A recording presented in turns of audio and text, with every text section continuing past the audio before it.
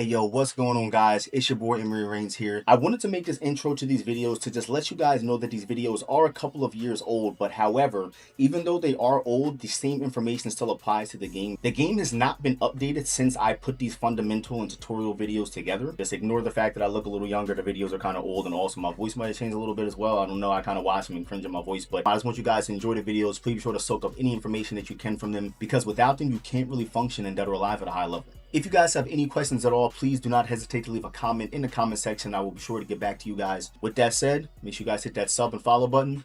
Enjoy the video.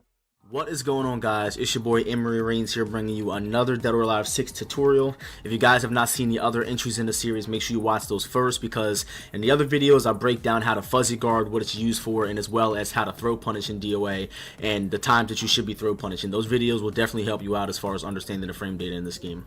But with that said, even though the tutorial is not going to be super long, at the end of this I do feel confident that you guys will have at least a basic or intermediate understanding of how the frame data works, so that way when it comes to you guys understanding it on an expert level, you'll be able to apply those things and understand it. So first things first, when you go into the training mode, you can actually push start, go to fight screen info, and you can turn on the info for the left character, which is going to be me in this case, because I'm going to be on the left side by default, or you can turn it on for the right side, which is going to be your opponent. Now, because of the situation where we're going to be breaking down frame data for ourselves, we're just going to turn it on for the left side, and we're going to go back. So the first things first, there's 3 pages of frame data or information for the character or whatever side you're using. If you click the right stick in, I'm on PS4, so it's going to be the right stick in this case. If you click the right stick in and you cycle between the left and the right D-pad, there's going to be 3 pages here. Now, we're going to be talking about page 1 and page 2. We're not going to be talking too much about page 3 because this is something that's really advanced to the point where we really don't need to go into it right now. So right now, we're going to be talking about page 1. The first thing that you guys are going to see on page 1 is frame. So this is pretty much what this guide is all about. A frame is essentially how long it takes for something to happen. Especially when we're talking about video games, it's pretty much the speed of something. So the first number that you guys see there is 10. It's saying 10 because Hayate is a generally normal speed character. Normal speed characters in DOA have 10 frame highs and 12 frame mids, as you can see. So Hayate has a 10 frame jab. As you can see, it says 10. The second number in the parentheses there is 2. That's how long the move is active. So because the move is so fast, it's obviously not going to be active that long. But once the move is done being active, it takes 13 frames for it to recover. And as you can see with my forward punch, it's a little different. So as you can see, the forward punch is out a little longer. So his jab, you're going to have 13 frames of recovery, whereas his 12 frame forward punch is going to have 24 frames of recovery. And a lot of people may not know this, but frames are not just calculated in fighting games. Every single game has frame data, but the reason why they're so focused on, you know, pinpointing out frame data in fighting games is because these are the numbers that we base our gameplay off of. So the second part we're going to be talking about is the damage section. Now the damage section is located right under the frame section. So this is kind of self-explanatory, but this is pretty much just telling you how much damage each move is doing. Just be mindful, guys, because each move is going to do different damage depending on whether you're doing it on counter hit or stun or whatever it is. So for example, let's just say I'm doing my forward punch, which is 25 damage, and then I do my forward punch by itself, which is 18. 25 plus 18 is 43. But let's just say hypothetically I do the moves and stun together. And because I'm doing the moves and stun, the moves are going to do less damage. So that's just showing you guys that the properties as far as the damage of the moves are going to be completely different. The next section is going to be critical damage. This isn't really something you're going to pay attention to much. This is just showing you the max damage that you can get when the character's in critical state. So let's just say I do 4 forward punch, 3p, H plus K. I'm getting 24 damage out of 26. But let's just say I do 4 forward punch, 9p, H plus K. That's giving me the maxed amount of damage that I can get in the critical state. Because obviously when you stun somebody, it's giving me a critical hit. The next section is pretty important because this tells you what status your character is at. And again, you can set the other character to this as well if you don't feel like going back into character select and changing the character. But, you know, again, this is showing you what state that your character is at. So obviously you can see while I'm backdashing, my character standing. When I'm running forward, my character standing. If you crouch, obviously he's going to be in a crouching situation. Now, if your character's not standing or crouching, obviously he can be jumping as well. As you can see right there in the split second, it says that he's jumping, as well as right here, it's going to say jumping, and it has a very small section there where it says evading lows. So what that's telling you is that not only is this move jumping, but it's also going to evade lows as well. Hayate's 3H plus K does the same thing. And you can obviously see right there for a brief second that during his 3H plus K, it says squatting. There's certain times where your character is considered squatting in DOA. The next section is type, and pretty much this is just telling you if your move is a high, a mid, a low, and it also says low K or low P. This is pretty much telling you I'm doing a high punch right here, I'm doing a high kick right here. It's actually pretty self-explanatory, but the really important part about this that I want you guys to pay attention to, because obviously the middle section is whether you're doing a grab, whether you're doing a hold or whatever, but the tracking section is really important, because if you guys are trying to find good tracking moves for your characters, obviously sidestepping is extremely annoying in this game. A lot of people are annoyed with it. It's a really good mechanic that they added into the game. DOA already had sidestepping, but the sidestep in DOA 6 is exceptionally good because it avoids jab strings, as well as it just has crouching properties as well sometimes. So you know, it's really annoying to deal with sidestep sometime, but Hayate, I already know off the back of my hand, his back punch is going to be tracking. As you can see, forward punch says no tracking, back punch says tracking on it. H plus K is going to say tracking. There's a couple moves that Hayate has that have tracking, and you really want to know those moves. Like, traditionally, most characters in the game that have a 1P is going to be a tracking move. The next section is going to be advantage. We're going to skip over advantage now because we're going to talk about that one by itself for a little while. The next one after that is going to say combo damage, and pretty much this is just telling you how much damage you're getting in the combos. It's actually pretty self-explanatory. And combos are not just added up in air juggles, as you can see right here. It's giving me combo damage right there, but you can actually count combos being in stun as well. The next section after that is going to be the break gauge, and as you can see right there, the maximum break gauge you can have is 200. Pretty much what that +3 there is, it's just signifying what move I'm doing and how much break gauge it's giving me. So forward punch is going to give me 8 break gauge. His wind dash kick is going to give me 3. 3 plus K is going to give me 2. 9P is going to give me 8. Each move is going to give you a different amount of break gauge. And the last section down there is going to be facing, and this is very self-explanatory. Again, it's telling you what way your character's facing. As you can see, I'm standing forward, and it says facing forward. Back punch is going to turn me around. It's going to say back turn. Again, if you guys have not seen my tutorial on fuzzy guarding and throw punishment yet, make sure you guys check that out, because it will definitely help you understand the advantage section a little more. But pretty much, advantage is just telling you what frames your character is currently at, like what state your character is as far as advantage and disadvantage. So let's just say I'm doing my jab on hit. My jab on hit is going to leave me -1, whereas my down punch on hit is going to leave me 0, right? So back to talking about the frames, when you guys look at the first section of frames. Each move has different frame data, right? That's a 16 frame move, 2 frames of active frames, and 24 frames of recovery. But not only do the moves have their own properties as far as the speed, they also have their own properties as far as what they leave you on block and on hit. So I have a 16 frame move that I know is going to give me +20. So what can I do with that +20 on hit? Not only can I hit him with this, but I can also hit him and then follow it up with a 10 frame jab. Now, there's no slow escaping in DOA. In DOA 5, slow escaping used to help people get out of stuns. So let's just say in DOA 5, I would try to do something like this. In DOA 5, that would not work because that would be stagger escapable. But in this game, I can connect 4/4 punch and H plus K. Because of the fact that my 4/4 punch gives me +20, H plus K is 18 frames. That gives me a whole frame to hit him with a follow-up. So I can literally do any move that's 18 frames or faster, and it's going to connect. So I can do 4/4 punch 3P. I can do 4/4 punch 3K. But let's just say I want to do something slower. As you can see, all these moves are connecting because they're fast enough to hit him. But what if I did something slower? If I did stun into a 32 frame move, I only have 20 frames of advantage. How am I going to get a 32 frame move to connect if I only have 20 frames of advantage? So what can I do instead that's not 32 frames? I can do anything else. I can do 3K, which is going to be 14 frames. Another thing you guys should know is that grabs will not connect on a stunned opponent. So let's just say I do 4/4 punch. My throw is going to completely go through him if he doesn't hold. If a character is not standing still, blocking, holding, or sidestepping in this game, you're not going to be able to grab them. So the only time you can grab somebody is during those current states. If they're holding, if they're blocking, sidestepping, whatever. But you cannot grab somebody if they're in stun. So you would think theoretically if I stun somebody and do a 5-frame grab, it would connect. But the problem is he's in a critical state. He has to be holding once I stun him in order to get that grab to connect. Even if he does a low hold, because his character is going to be back to where we're talking about the status again, his character is going to be crouching at that point. So every move in the game has different properties if you do them on hit or on block. There's some moves in the game that have the same exact frame data whether you do them on block or on hit, but most moves in the game don't do that. So let's just say hypothetically with Hayate's down punch. Hayate's down punch is neutral on hit, which is really good because he's a striking character and he can actually keep pressure because he's not negative. So I can do a down punch on hit that's going to leave me 0. But what happens if he blocks it? Let's put him on guard and we'll put him on guard all. So what's his down punch on block? His down punch on block is -4, so that means that I'm at -4 frames of disadvantage. So if I did down punch on block and I have a 12 frame mid, what does that make my 12 frame mid at that point? It makes my 12 frame mid 16 frames. So let's just say I put him on reaction, right? I put him on reaction, I'll put him on strike, and I'll do Hayabusa's 13 frame mid punch. So I'll do down punch, and then I'll try to hit him. I'm literally at 16 frames at that point if I try to hit a button doing a forward punch. So -4 frames, that's adding on to my 12 frame mid punch. That makes me have 16 frame forward punch at that point. He has a 13 frame. He has 3 frames on top of me to do his mid punch. So again, back to what I was saying, moves have different properties whether you do them on hit or on block. So let's just say I'm doing Hayate's 9P fully charged guard break punch. As you can see, that's knocking him away, giving me plus 56 frames. When you're knocking somebody across the map, you really don't need to know the frame data for that, because you already know you're at advantage because you're knocking him across the map. So that means you can run up and keep pressure on him like this. You already know he's at disadvantage. But what if that move lands on block? Again, let's put him on guard and let's see what it does. So now he's going to be guarding. If I do this on block, I'm at plus 3 frames. So what happens if he tries to attack me from -3?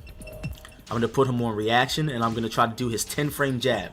Again, I'm at plus 3, so that means all of the moves that I do after I'm plus 3 become 3 frames faster. So if Hayate has a 10 frame jab, what does that make my 10 frame jab? It becomes 7 frames now. There's no way scientifically Hayabusa is going to be able to beat me out with his jab after this. He'll lose every single time, as you can see right there. He's not going to win. I have a 7 frame jab compared to his 10 frame jab. He will not beat me. Again, Hayate has a 12 frame forward punch. He has a 13 frame jab at -3. I can do my forward punch and it's going to stun him. I really hope I'm not losing you guys here. If you guys need to rewind the video or whatever, you can do that. I know this seems like a lot to take in, especially you guys that don't understand frame advantage at all or frame data at all, but I really hope you guys are following me here. Now again, in this video, I'm not going to get too much into the throw punishment because of the fact that we already covered that in another video. So make sure you guys refer to the throw punishment video as well. So because of the fact that moves have different properties on hit or on block, you're going to see a lot of high level and top level players where characters are trying to put out their safest option. So with Hayate, when I'm playing neutral, I'm going to be doing a lot of down punch because it's safe on blocks. Now, just because Hayate's down punch is -4 on block does not completely mean I'm out of the fight. -4 is still safe in DOA. So I can do -4 on block, and I can block his next follow-up. He can't get guaranteed damage on me at that point. I'm only -4. So again, the best way to play this game, if you want to stay as safe as possible and play the frame data right, you want to do your safest options at all times. So against Hayabusa, this doesn't really apply because this move is unsafe against him, but you're going to be seeing me doing a lot of forward punch kick because the move is -7 and it's safe. You're going to see me doing fuzzy guards and stuff like that. Down punch is -4, it's completely safe. 3K is safe as well, so if I do 3K, I'm completely safe. You know, there's a lot of moves with Hayate that I'm going to do. So, you know, you have to be really playing safe. Back punch is another move that's safe. That move is -3 on block. So now you guys see why knowing frame data in fighting games in general is so important. It's very important to know frame data because you can actually beat your opponent just based off of the fact that you know the math. A lot of people go into matches and they're just mashing stuff out and they don't know that these moves actually have math involved with it. Now, if you guys are not good at math, I'm not good at math either, so you really don't have to be a math expert to understand frame data and to make frame data work. But you do have to understand a basic level of knowledge of math, like, you know, some basic addition, some basic subtraction, maybe some probability stuff, just because, you know, when you're fighting your opponent, you're basing a lot of your mix-ups and reads on probability. But again, you know, it's really not that hard once you guys get used to it. And we're not done here. I just wanted to take a break to kind of encourage you guys to keep on watching the video and trying to learn. So the number one thing to know when you're dealing with frame data is the speed of the normals of the characters you're fighting. So back to what I was saying when I was telling you guys how Hayate had a 10 frame jab and a 12 frame forward punch. That's going to be moderately fast, but there are some characters in the game that suffer from having also a lot slower attacks than that. Again, Bass is going to be a grappler character. So not all grappler characters are this slow, but I'm just showing you guys how it varies depending on the character. Bass has a 13 frame jab. A 13 frame jab. Kasumi has a 9 frame jab. 9 frames is going to be the fastest normal in the game. So Kasumi, as well as Christy, Phase 4, Nico, those characters like that, generally female characters for the most part, are going to have 9 frame jabs and 11 frame mid punches. Notice that that's 1 frame faster than Hayate at 10 frames and 12. So that's why I said that Hayate is one of those characters that have the moderate speed as far as his attacks goes, and Kasumi is going to have a 9 frame jab and an 11 frame mid. The reason why a lot of people don't like fighting fast characters is because they're so fast and you have to deal with them all the time. And it is very annoying, especially playing with a grappler character, someone as slow as Bass. So this is not Bass's fastest attack. a character's jab is not always going to be his fastest attack. So his standing jab is 13 frames, right? But he also has a 12 frame punch plus kick. And this is actually one of his best moves, because it actually stuns on normal hit and it opens him up to get a lot of his stun game going. But again, Bass has a 12 frame punch plus kick, okay? Still not going to beat any of Kasumi's fastest options out, but it's something good that you can throw out in the counter poke game. And also he has a 13 frame jab. What are his other fast options? He has a 14 frame forward kick. As you can see, every character's normals are completely different. Whereas if we switch to Kasumi, put the fight screen info, again, I told you guys you can switch it up to the right side. I'll put it on the right side, and I'll show you guys right now. So Kasumi, I'll put action on, I'll put strike high punch. Kasumi has a 9 frame jab. What is her mid punch? Again, 11 frames. Look at this. She has an 11 frame mid punch. How the hell is Bass ever going to stun Kasumi at that point? You just have to win the counter poke game. You have to know the frame data. Again, when you're playing a character as slow as Bass, knowing the frame data is key. You cannot play a character as slow as Bass and not know what these other characters are capable of. How the hell is Bass ever going to beat Kasumi out doing 11 frame mid and a 9 frame jab? You got to know the frame data. So again, I know for a fact that Kasumi's forward punch is -11 on block. So that means she can't just sit there and abuse that on me. I can literally interrupt her with my 14 frame mid kick because she's -11. So just because she has a 9 frame jab and a 11 frame mid does not mean that I can't interrupt her and hit. So now that you guys have a basic understanding of how frame data works in DOA, I do want to show you guys something that's a little more advanced, but hopefully you guys are still catching on here.